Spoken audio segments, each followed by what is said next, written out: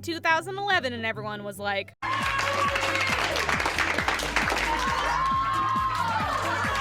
Now, Dark Souls is the spiritual successor to Demon's Souls, the Western-styled action RPG that was known for being really hard. So, when people got their hands on Dark Souls, they were happy to find that From Software made sure that Dark Souls would take all your stuff and burn your house down. Cause holy crap, this game is tough. And I mean tough. Like, not one of those the first time you play through it tough. Like, even if you're good at this game, it will find ways to destroy you. But even though the game is extremely unforgiving, Dark Souls is one of the most immersive, deep, and atmospheric games that come out in recent years. And it really expanded upon the gameplay and design of Demon's Souls to make a more well-rounded experience. But anyway, if you're new to this game, here are a few basic tips and tricks for people who don't know about this game.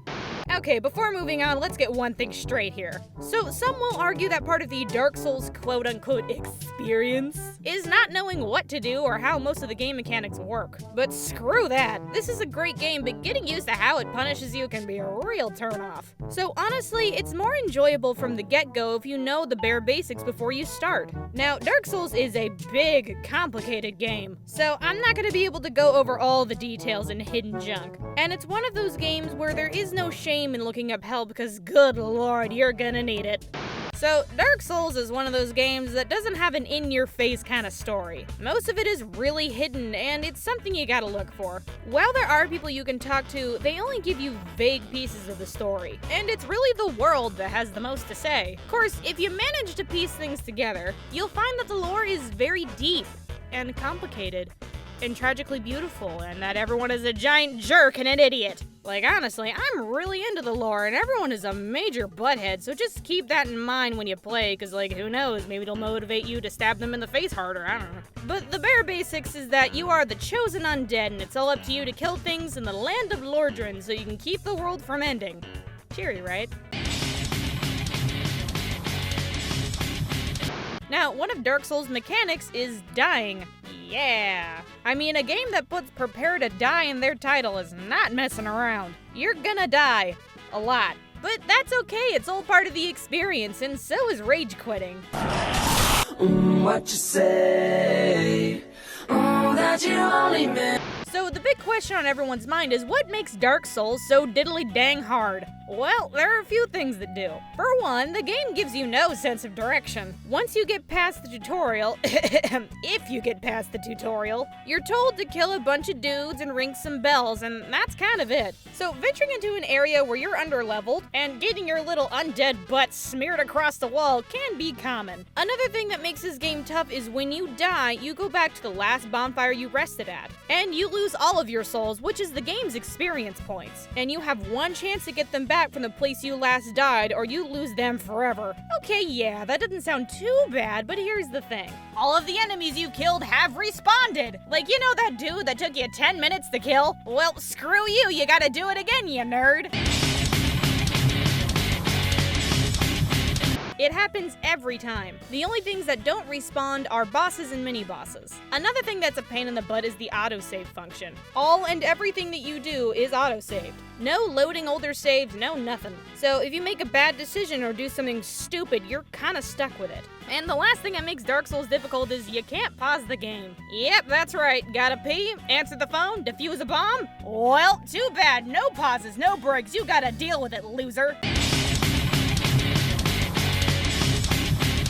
So when you start the game, you get to build your deer-in-the-headlights character. Now, don't worry too much about choosing your class, because it just determines your starting points and gear. You can level up whatever you want in the actual game. Now, you can pick whatever you want. I'm not gonna break into your house and beat you up with my bun hands if you choose something stupid. But in my opinion, the best starting class and gift is the Pyromancer and the Master Key. So combat-wise, there's a ton of weapons to choose from and items to get and powers to learn. Now, there is no best weapon or armor in Dark Souls. Each item offers something different, and it's useful in different situations. And it's important that you experiment with different gear and weapons to find out what best fits your gameplay style. But it's not the weapons or armor that's gonna get you through Dark Souls. It's patience. Take your sweet old time, because if you try to rush things, you're gonna get the crap beaten out of you. It's all about waiting for the right moment to stabby stab stuff, because all enemies take a little bit of time to charge up their next attack. So being on the defense is kind of important. And carefully exploring each area and learning enemy attack patterns and locations is key to,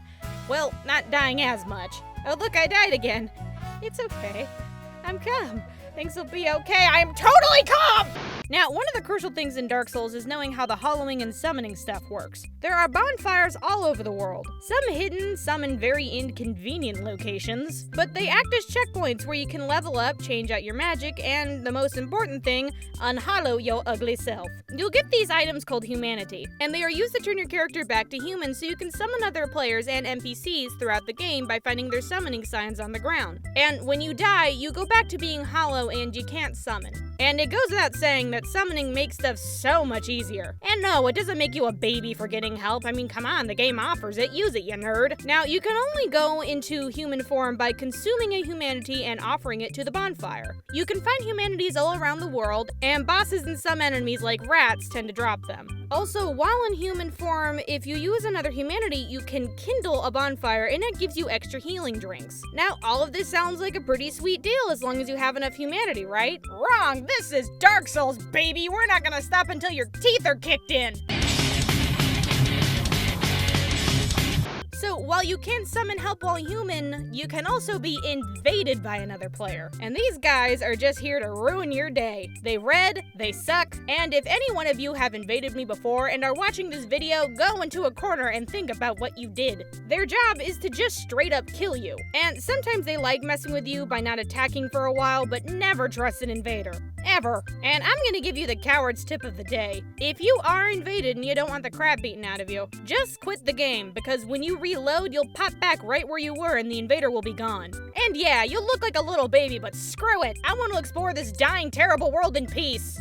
Now, Lordran is a freaky and depressing place with lots of hidden areas and optional places to explore. Now, like I said, the game gives you no sense of direction, and it's hard to tell if you're going the right way. And while it's technically an open world game, the world is kind of divided by sections and is connected by really clever shortcuts. Like, good lord, the level design is just great. It's just so good, you guys, I love it. And the neat thing about Dark Souls is that if you see something off in the distance, you can reach it, and it just makes everything feel so massive and epic. And it gives you a crippling sense of irrelevance because the world doesn't care about you, and oh god, I need a moment. Now, the one thing that's either really smart or very misleading, I'm not really sure, is knowing if you can walk or climb on certain stuff, because it doesn't always look like you can. But you can. Trust me. And there's a lot of hidden stuff everywhere, including hidden walls that disappear when you hit them. So be sure to search every inch of the world top to bottom so you can find good items and weapons. And then stop once you run into an over-leveled enemy and oh look, I died again!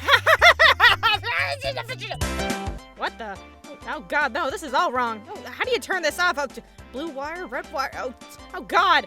So, as you explore the world, you're gonna come across NPCs that you can chat up.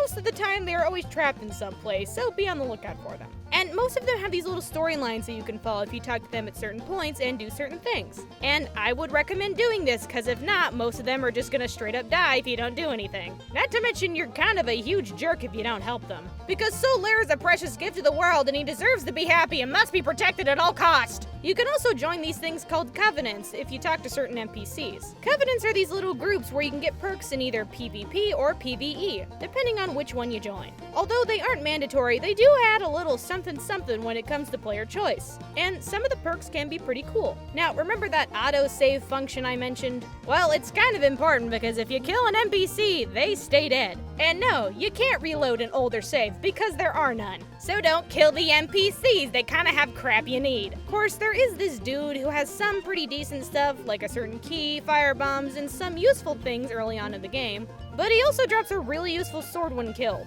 So if you're feeling murderous, only kill him once you get all the stuff you need, you terrible, terrible person.